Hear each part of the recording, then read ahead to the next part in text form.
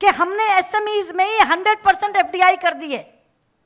अब अगर 100% विदेशी पूंजी छोटे और मंझोले उद्योगों में आ रही है तो आएंगे, अपनी एसएमईज बना लेंगे और उनसे 30% माल खरीद के आपकी पॉलिसी को पूरा कर देंगे कि हमने 30% आपके डोमेस्टिक एसएमईज से खरीद लिया, जबकि वो पूरी की पूरी विदेशी पूंजी से बनी हुई एसएमईज होगी।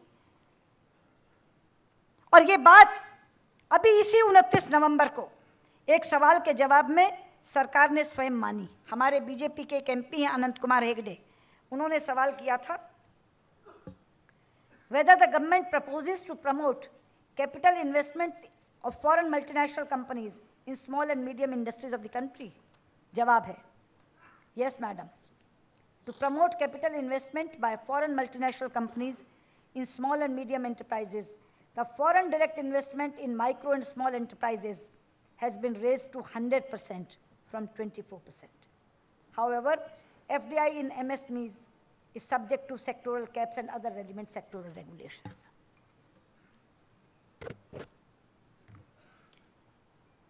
तो जहां शासकों को भारत की मौलिकता में विश्वास ही नहीं है, अपनी उद्यमशीलता पर भरोसा ही नहीं है, और कहीं ना कहीं दिमाग के कोने में ये दर्ज हो गया है कि एफडीआई आएगी और सारे चीजों का समाधान करके चली जाएगी, वो कैसे चीजों को सुधारेंगे, वो कैसे माहौल को सही बनाएंगे, कैसे उसको संवारेंगे? मुझे नहीं मालूम अभी एफडीआई इन रिटेल की चर्चा आप में से कितने लोगों ने लोकसभा में सुनी। हम सच विदेशी पूंजी के विरोध में नहीं, हमने अपने समय में, अभी कनौरिया जी बता रहे थे कहां कहां एफडीआई खोली। एज आईएनबी मिनिस्टर मैंने 26% प्रिंट मीडिया में खोली थी। हम एफडीआई एज सच के खिलाफ नहीं है। अगर आपने उस भाषण को सुना हो तो मैंने तो खड़े होकर ऑफर किया था प्रधानमंत्री को कि हम केवल एफडीआई इन मल्टी ब्रांड रिटेल का विरोध कर रहे हैं, और वो भी इसलिए कि खुदरा व्यापार में 4 करोड़ लोग सीधे लगे हैं और 20 करोड़ लोग उनके कारण से रोजी रोटी खा रहे हैं। अगर आपको लगता है कि आपके इस निर्णय को बदलने से इन्वेस्टमेंट सिनारियो खराब होगा, देश के बाहर गलत संदेश जाएगा, तो मैंने कहा था मैं ऑफर करती हूं यहां खड़े होकर, आपने जिस अंतर्राष्ट्रीय मंच पर ले जाना है आप मुझे ले जाइए, मैं आपके साथ चलने को तैयार हूं। मैं उन्हें कहने को तैयार हूं कि आपको इंफ्रास्ट्रक्चर में आना है, आप आइए, आपका स्वागत है। आप पावर में आइए, एविएशन में आइए, पोर्ट में आइए, एयरपोर्ट में आइए, लेकिन भैया दाल चावल बेचने हमें आते हैं वो बख्श दीजिए, वो हम स्वयं बेच लेंगे, उसमें कोई बड़ी तकनीक की जरूरत नहीं है, वो आप हमारे लिए छोड़ दीजिए। और मैंने अपना प्रस्ताव प्रस्तुत करते हुए भी कहा था कि प्रधानमंत्री जी, हम आपको हराकर अपनी जीत दर्ज कराना नहीं चाहते, हम आपको मनाकर अपनी जीत दर्ज कराना चाहते हैं। तो विपक्ष हठी नहीं है मित्रों। हमारी तो पार्टी का मोटो है nation first, party second, self later. पहले दिन से जब अटल जी इस देश के प्रधानमंत्री थे वो यही कहते थे, हर चीज ये सोचकर मत करो कि चुनाव में जीत होगी कि नहीं होगी, ये सोचकर करो इससे देश का हित सधेगा कि नहीं।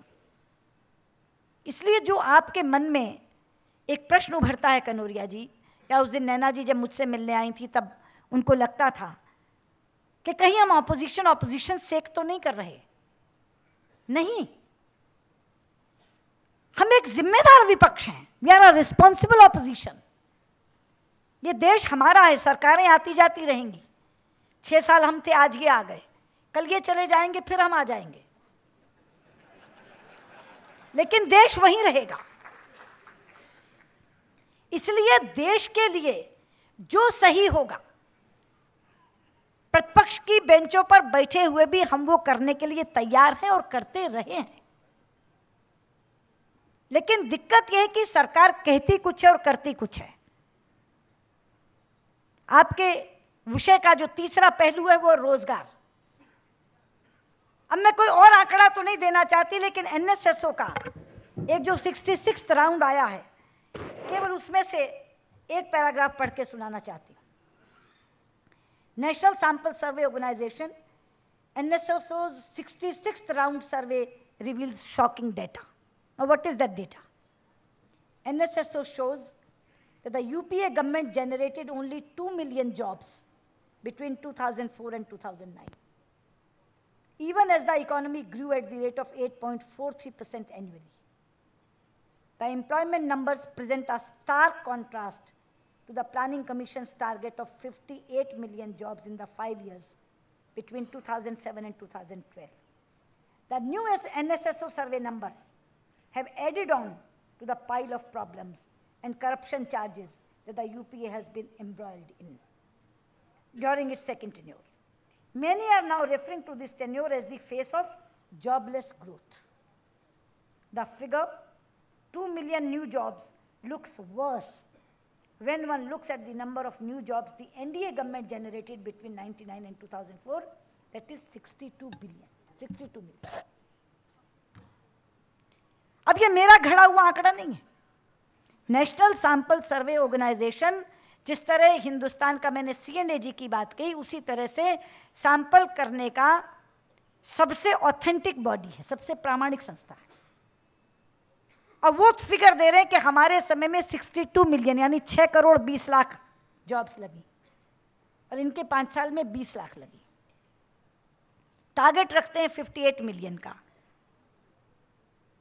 पैदा करते हैं जॉबलेस ग्रोथ 2 मिलियन की। तो कहीं ना कहीं मिसमैच है, कहीं ना कहीं डिस्कनेक्ट है। उस डिस्कनेक्ट को खत्म करना है कि नहीं करना? इससे अर्थव्यवस्था कैसे सुधरेगी? आप उद्यम भी लगा दीजिए, आप FDI भी ले आइए, लेकिन अगर देश के लोगों को रोजगार ही नहीं मिलेगा तो उनके खरीदने की ताकत ही नहीं बढ़ेगी, उनकी जेब खाली रहेगी। और जब उनकी जेब खाली रहेगी तो कौन सी इकोनॉमी की बात आप करते हैं, कौन सी अर्थव्यवस्था की बात आप करते हैं? इसीलिए मैंने कहा था कि तीनों चीजें जुड़ी हुई हैं। उद्यमी उद्यम लगाए और ऐसा लगाए जिससे रोजगार मिले, और उद्यम और रोजगार से अर्थव्यवस्था मजबूत हो, इंडियन इकोनॉमी मजबूत हो। वो इंडियन इकोनॉमी जिसकी संभावनाओं के बारे में अर्थशास्त्री कहते हैं कि वो भारत की तीसरी आर्थिक शक्ति बन सकता है। तो सब कुछ हमारे यहां है। नौजवान पॉपुलेशन है, विजन है, लगन है, काम करने की क्षमता है, तो कमी कहाँ है? इसलिए कमी अगर माहौल में है तो जैसा मैंने आपसे पहले कहा था कि उस माहौल को सुधारने के लिए इकट्ठा बैठने की ज़रूरत है। ये कुछ करें और हम केवल विरोध करें, ऐसा नहीं होगा। मैं स्वयं यहाँ खड़े होकर कह रही हूँ, मैंने संसद में भी ये बात कही थी और आज पुनः आपके सामने ये बात कह रही हूँ कि एक नेशनल डायलॉग अरेंज करिए और उस नेशनल डायलॉग में से रास्ता निकलेगा, एक नया तंत्र विकसित होगा जो भ्रष्टाचार विहीन होगा, जो इस नकारात्मक ध्वनि वाले वातावरण को सकारात्मक ध्वनि में बदलेगा। और वो जो यंग पॉपुलेशन आज हमारी तरफ आशा भरी नज़रों से देख रही है, उसकी आशाओं को हम ख़त्म नहीं कर सकते, क्योंकि अगर उनकी आशाओं को हमने ख़त्म करने का काम किया तो वो फिर एक क्रांति की तरफ हमको ले जाएगा। और हम नहीं चाहते कि हमारे देश में फिर उस तरह की क्रांतियाँ हों। हम चाहते हैं शांति से ये देश आगे बढ़े। और मैं तो निराशावादी बिल्कुल नहीं हूँ। मुझे तो एक शायर की 2 पंक्तियाँ हमेशा याद रहती हैं और उसी से अपनी बात यहाँ भी समाप्त करना चाहूँगी कि जहाँ पर बंद होते हैं सभी ये रास्ते आकर, जहाँ पर बंद होते हैं सभी ये रास्ते आकर, वहीं से फूट पड़ती हैं नई राहें ज़माने की। बहुत बहुत